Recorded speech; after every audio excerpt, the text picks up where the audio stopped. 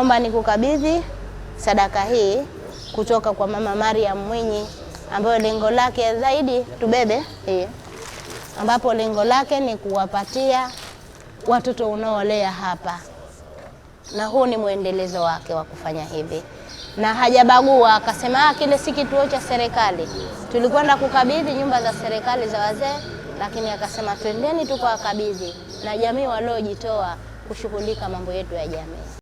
Mke wa Rais wa Zanzibar na mwenyekiti na msarifu wa taasisi ya Zanzibar Maisha Bora Foundation, Mama Mariam Mwinyi, amekabidhi sadaka ya futari kwa wazee wasiojiweza wanaotunzwa katika kituo cha wazee Kifumbikai na kituo cha watoto yatima kiliopo Micheweni, mkoa wa Kaskazini Pemba. Ugawaji huo wa sadaka ya futari pia umefanyika katika kituo cha kulelea na kutunza watoto yatima cha Darul Ahbab kiliopo Micheweni chenye watoto yatima 45.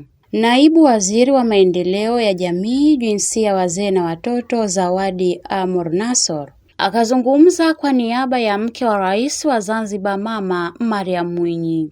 Na hii inaonyesha ni upendo mkubwa tu alionao kwa jamii yake, kwa sababu karibuni tujuzi tulipokea kwa upande wa Unguja tukapeleka kwa watoto na maeneo mengine yanayohusiana na wizara yetu ya ustawi wa jamii.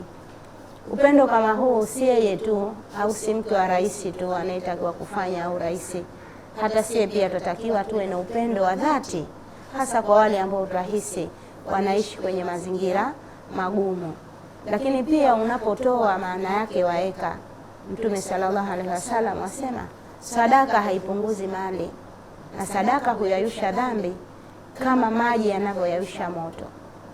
Kwa nitoe wito tu kwa wale wote, kwa watu wote, yoyote hata kama kidogo, watakiwa umpe ambaye wahisi yeye hana.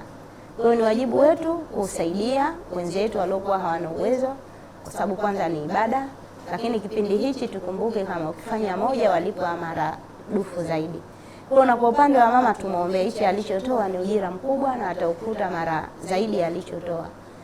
Lakini pia tumtakie maisha marefu, tumuombe dua Mwenyezi Mungu amwenzie na familia yake, lakini pia ampe ujasiri na nguvu ya mapambano kuitetea nchi hii akishirikiana na mwenza wake Dr. Hussein Ali Hassan Mwinyi.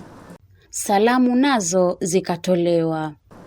Kama zawadi mliotuletea tunaipokea kwa mikono miwili kwa sote. Asanteni sana, shukrani. Mwenyezi Mungu ajalie mtume mkipata, atilie baraka ya nje na ndani, kila lenye kheri awape. Mwenyezi Mungu apeleke peponi kwa msaada wenu mliotukusudia sisi wazee wenu. Asanteni sana, shukrani. Kwa niaba ya wenzangu tumepokea msaada huu wa tende, mafuta, sukari na mchele. Mashaallah, kwa kweli tunashukuru sana na watoto watafarijika sana sana. Inshallah, kwa haya machache tunaziomba rehema na amani na dua zimfikie hususwa Rais Mwinyi na mke wake. Inshallah, Mungu awajalie kula la kheri.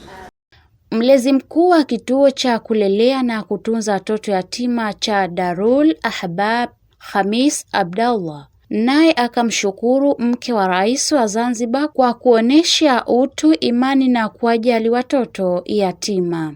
Alhamdulillah, tunamshukuru Mwenyezi Mungu Subhanahu wa Ta'ala kwa nia thabiti kwa kupokea iftari ambayo ni mzuri kubwa kutoka kwa Serikali ya Mapinduzi ya Zanzibar kupitia mama yetu Mariam Mwinyi.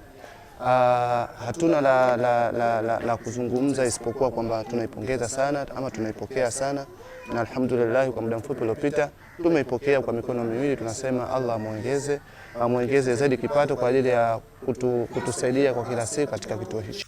Hii ni Chum TV, usisahau kusubscribe, kulike, kushare na kucomment. Pia unaweza kutufollow kupitia Chum WhatsApp TV.